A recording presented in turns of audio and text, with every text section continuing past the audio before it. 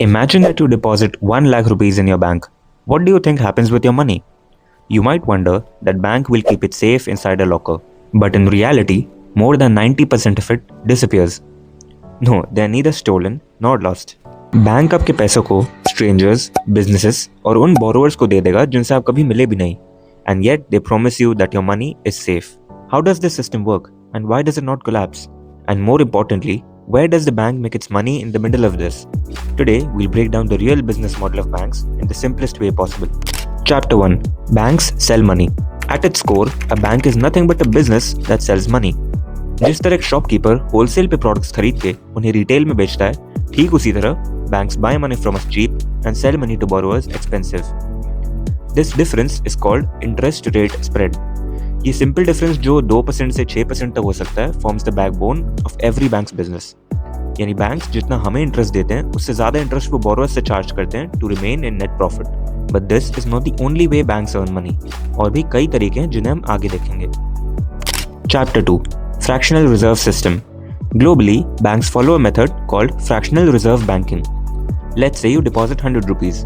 तो out of that 100, bank शायद सिर्फ 10 rupees as a reserve अपने पास रखेगा and the remaining 90 rupees will be loaned out. But you will still see 100 rupees in your account as if nothing moved.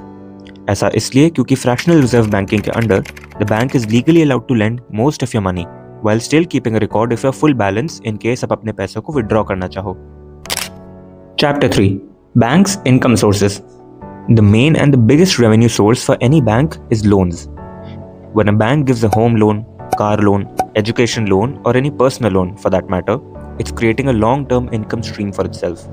Example से समझते हैं. Suppose a bank gives a 10 lakh rupees loan at 10% rate of interest per year. इसका मतलब साल के end में it will earn 10% of 10 lakh, that is 1 lakh in interest. But the same bank may be paying just 4% to the person जिसने वही 10 लाख रुपए deposit किए थे, यानी 40,000 रुपीज. तो बैंक के लिए नेट प्रॉफिट हुआ 1 lakh minus 40,000 equal to 60,000 rupees. ये difference which is 6% in our case is where the bank makes its profit. And क्योंकि ये लोन्स टिपिकली 10-20 साल के लिए होते हैं, this becomes a continuous and a predictable cash flow for the bank. Fees and charges. ATM withdrawal fee, SMS alert fee, debit card fee, minimum balance fee, late fee और ना जाने कितनी और फीस. इन सभी फीस की amount 20 रुपए से लेकर 1000 रुपए तक हो सकती है. And this also highly depends on your bank, your account type, card type and many other factors. For example, starting from May 2025, RBI ने बोला है कि ATM से पैसे निकालने की जो फ्री लिमिट है उसे एक्सीड करने के बाद कस्टमर्स को 23 रुपीज पर ट्रांजैक्शन पे करने पड़ेंगे. अब ये फीस इतनी ज्यादा भी नहीं है, but the point is that even a 50 rupee charge collected from 1 crore customers amounts to 50 crore rupees. कोई रिस्क नहीं, कोई लोन नहीं, कोई मैन पावर नहीं, बस crores of pure profit. Credit cards. Credit card से अर्न करने के बेसिकली 3 तरीके होते हैं. First, merchant commission. Every time you swipe your card, the shopkeeper pays a small fee called merchant discount rate to the bank. ये fees typically 1 to 3% होती है purchase amount की. Next is late fee payment. If you don't pay your credit card bills on time, the bank earns instantly. This may vary anywhere from 100 rupees to 1000 rupees or more, depending on your balance. And इसमें कई banks के द्वारा grace period भी दिया जाता है जिसमें आपको अपनी पेमेंट करनी पड़ती है. एक बार ये क्रॉस हो गया तो आप पर ये पेनल्टी लगाई जाती है. Credit card interest. अगर आप डेट के बाद भी अपना बैलेंस नहीं दे पाते तो बैंक्स उस पर भी इंटरेस्ट चार्ज करते हैं. Credit card interest usually falls between 30 to 40% per year, which is one of the highest interest rates allowed in the legal financial system. So while we enjoy cashbacks, points, lounges, the banks enjoy massive revenue from every swipe, every delay and every EMI. Investments. सही सुना. Apart from lending to people, banks also invest in government bonds. Why? Because it's the safest way to earn guaranteed interest. यहाँ risk बहुत ही कम होता है and the returns are predictable. और अगर किसी वजह से लोन्स की डिमांड कम भी हो जाए, फिर भी ये इनकम बंद नहीं होती. Cross selling. You might wonder why banks keep calling you for insurance, mutual funds, demat account, credit card upgrades, right? The reason is that every product you buy through a bank earns them a commission. Banks have a massive customer base, तो cross-selling एक बहुत ही effective और powerful तरीका होता है extra income कमाने का. Chapter 4. Why doesn't the system collapse? The simple answer is because withdrawals don't happen together.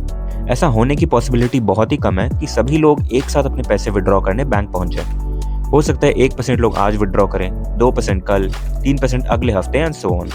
And if in case things go wrong, the RBI steps in. The Reserve Bank of India is the regulator or the chief of all banks in India. RBI monetary policies जैसे interest rate set करता है and cash reserve ratio भी maintain करता है. Cash reserve ratio or CRR is the percentage of deposits banks must hold as cash with the central bank. India के case में with the RBI. यानी banks इस पैसे को लोन पे नहीं दे सकते. आज की डेट में the CRR is 3% in India. Although this keeps changing with time, but mostly ये 3 से 4% के बीच में ही रहता है. Chapter 5. The biggest threat. Banks के लिए सबसे बड़ी डेंजर सिचुएशन तब होती है जब बोरोवर्स उधार में लिए हुए पैसे वापस नहीं दे पाते. Now this can be due to multiple reasons like borrower की job loss, any illnesses or unexpected emergencies, business failures or reasons beyond the control of the borrower. These loans become NPAs, that is non-performing assets. यहीं पे एक term आता है which is known as gross NPA. ये एक bank के द्वारा दी गई टोटल लोन्स का वो परसेंटेज है जो बैड लोन बन चुका है, which means कि it is most likely not going to be repaid. Too many NPAs might also lead to a crisis situation for the bank along with severe reputation damage. So in short, this entire system runs because of trust, regulation from the RBI and the assumption that not everyone will ask for their money back at once. And that's surprisingly the elegant business model behind every bank. Do subscribe to my channel if you liked the video and hit the bell icon. And I'll see you in my next video.